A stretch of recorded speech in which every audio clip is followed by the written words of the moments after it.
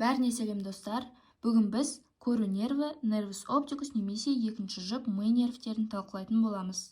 Көру нервінің талшықтары бізде торлы қабаттың ганглионарлық жасушаларынан басталып, тамырлы және ақ қабаттарға өтіп, көру нервінің көз ішілік бөлімін құрайды.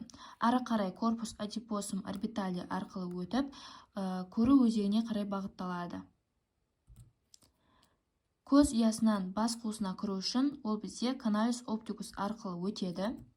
Және де осы жерде сына тәрізді сүйектің сулкус хиазматиус аймағында жартылай қиылысады, хиазма оптикумды құрайды.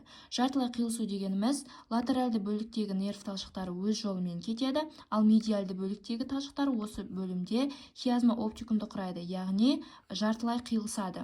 Ары қарай латеральды және медиальды талшықтар нерв жолын құрайды, немесе трактус оптикум деп атаймыз.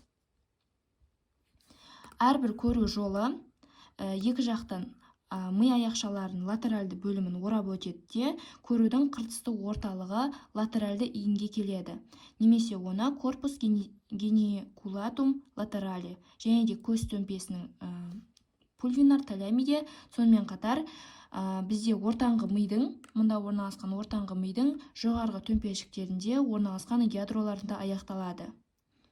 Мұнда орналасқан корпус гениталум латерали және де пульвинар талями жасушаларынан тараған талшықтар бізде радиата оптиканы құрайды, яғни көру тарамдары. Бұл көру тарамдары бізде шүйде бөлімінде медиальды беттегі қыртыс, яғни сулкус кальканус